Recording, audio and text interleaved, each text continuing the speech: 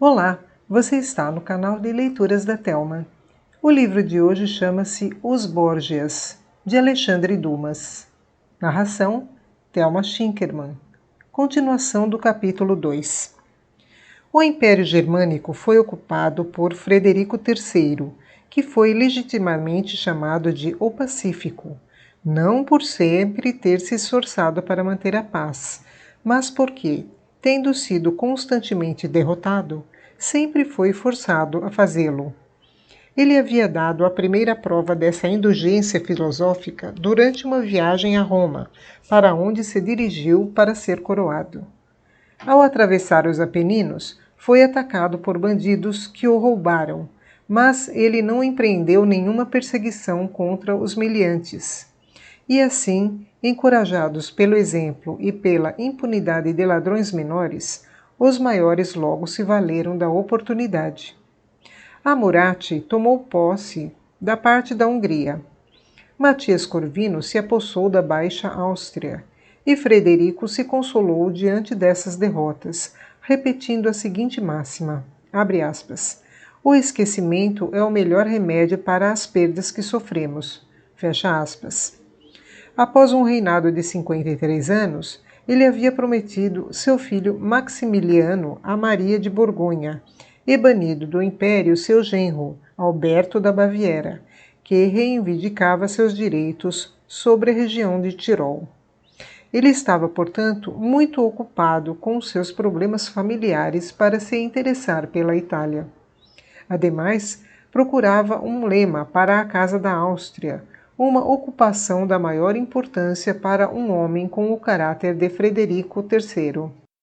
Esse lema, que Carlos V quase tornou verdadeiro, foi enfim decidido, para grande deleite do velho imperador.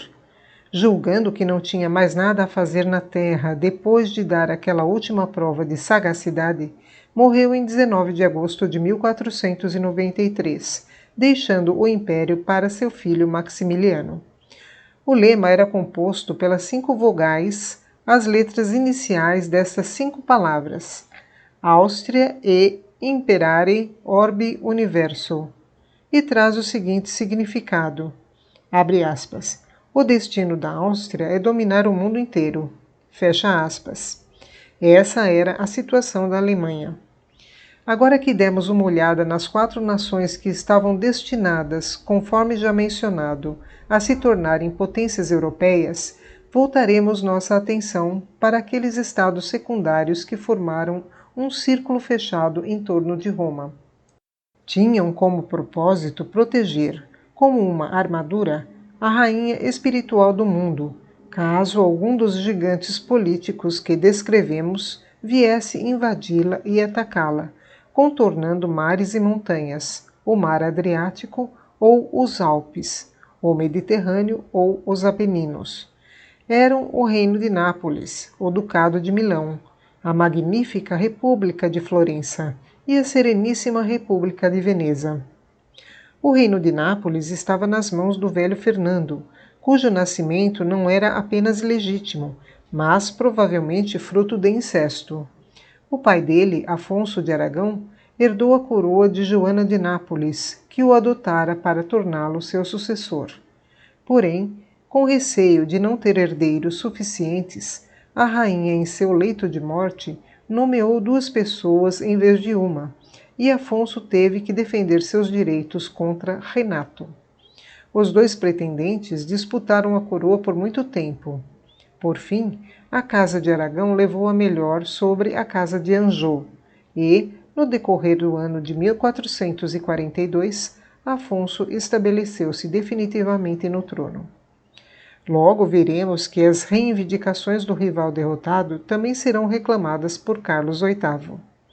Fernando não tinha nem a coragem nem o gênio do pai, mas ainda assim triunfou sobre seus 2 rivais, ambos providos de méritos superiores aos dele próprio. Um era seu sobrinho, o conde de Viana, que, usando como pretexto o nascimento ignominioso do tio, gozava de todo o apoio do partido aragonês. O outro era o duque João da Calábria, apoiado pelo partido angevino. Não obstante, Fernando conseguiu livrar-se dos dois e permaneceu no trono, graças à sua prudência, que muitas vezes beirava a duplicidade. Era um homem culto e havia estudado ciências e, acima de tudo, direito. Tinha estatura média, com uma cabeça grande e bonita, a testa larga e lindamente emoldurada por belos cabelos brancos, que caíam quase até seus ombros.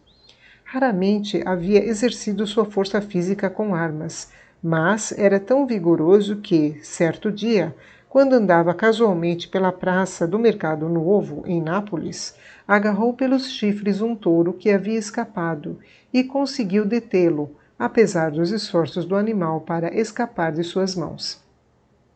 A eleição do Papa Alexandre VI lhe causara grande inquietação e, apesar de sua habitual prudência, não se conteve e acabou dizendo diante de quem lhe trouxera a notícia que não apenas não se alegrava com a eleição, como também achava que nenhum cristão poderia ficar alegre.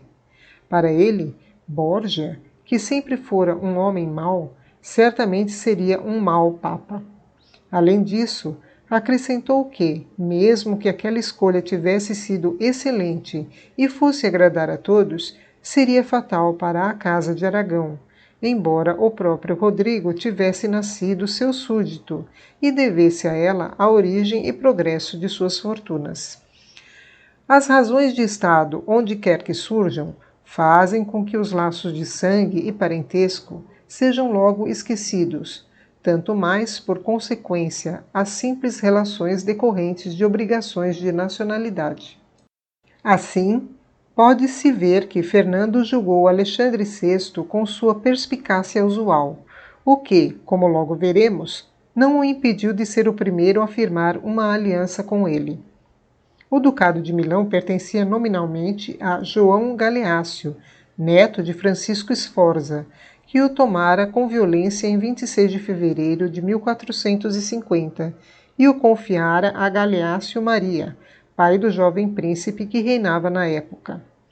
Dizemos que pertencia nominalmente, pois, na verdade, o verdadeiro senhor dos milaneses não era o herdeiro legítimo, e sim seu tio Ludovico, apelidado de O Mouro, por causa da amoureira que adornava seu brasão. Depois de ser exilado com seus dois irmãos, Felipe, que morreu envenenado em 1479, e Ascânio, que se tornou cardeal, voltou a Milão alguns dias depois do assassinato de Galeácio Maria, que aconteceu na igreja de Santo Estevão em 26 de dezembro de 1476, e assumiu a regência do jovem duque, que à época tinha apenas 8 anos. Desse momento em diante, mesmo depois de seu sobrinho ter feito 22 anos, Ludovico continuou a governar e, de acordo com todas as probabilidades, estava destinado a governar por muito tempo. Poucos dias depois de expressar o desejo de assumir as rédeas sozinho, o sobrinho adoeceu. Dizia-se, e não aos sussurros, que ele ingerira um daqueles venenos lentos, mas letais, que os príncipes usavam tão frequentemente na época que, mesmo quando uma enfermidade era natural, sempre se procurava uma causa relacionada aos interesses políticos de algum homem. Independentemente de como as coisas tenham se sucedido, o caso é que o sobrinho, fraco demais para lidar com as questões do ducado, foi relegado por Ludovico ao castelo de Pávia, onde definhou diante de sua esposa Isabel, filha do rei Fernando de Nápoles. Ludovico era um homem ambicioso, cheio de coragem e astúcia, familiarizado com a espada e com o veneno, os quais usava de forma alternada, de acordo com a ocasião, sem sentir repugnância ou predileção por nenhum dos dois. Estava determinado a herdar o ducado do sobrinho, quer ele morresse ou continuasse vivo. Florença, embora tivesse preservado a distinção de república, aos poucos foi perdendo todas as suas liberdades e pertencia de fato, se não por direito, a Pedro de Médici, a quem Lourenço a deixara como um bem paternal, conforme vimos, sob o risco de condenar sua alma. Infelizmente, o filho estava longe de possuir o gênio do pai. Era bonito, é verdade, ao passo que Lourenço, pelo contrário, era extremamente feio. Tinha uma voz agradável e harmoniosa, e não anasalada, como a de Lourenço. Fora instruído em grego e latim, tinha uma conversa fácil e agradável, e improvisava versos quase tão bem quanto o pai, chamado de Lourenço o Magnífico. No entanto, era ignorante quanto às questões políticas e arrogante e insolente com aqueles que as estudavam. Somado a isso, era ávido pelo prazer, ardentemente fissurado por mulheres, e frequentemente se dedicava a exercícios físicos que o fariam brilhar aos olhos delas. Destacava-se sobretudo no tênis real, esporte para o qual tinha aptidão. Prometeu a si mesmo que, assim que findasse o período de luto de pai, chamaria a atenção não apenas de Florença, mas de toda a Itália, com o esplendor de sua corte e a notoriedade de suas festas. Eram essas as ambições de Pedro de Médici, mas o céu tinha outros planos. A Sereníssima República de Veneza, cujo doge era Agostino Barbarigo, havia atingido, ao ponto em que chegamos, o auge de seu poder e esplendor. De Cádiz ao mar de Azov, não havia um único porto que não estivesse aberto aos seus milhares de navios. Na Itália, ela possuía, além da costa dos canais e do antigo Ducado de Veneza, as províncias de Bérgamo, Brescia, Crema, Verona, Vicenza e Pádua. Também detinha a marca Trevisana, que abrange os distritos de Feltre, Belluno, Cadore, Policelia, de Rovigo e o Principado de Ravenna. Em sua posse também estavam Friul, com exceção de Aquileia e Istria, exceto Trieste. No lado leste do Golfo possuía Zara, Spalatro e a costa da Albânia. No Mar Jônico, as ilhas de Zantri e Corfu. Na Grécia, Lepanto e Patras. Na Moreia, Morone, Corone, Neápolis e Argos.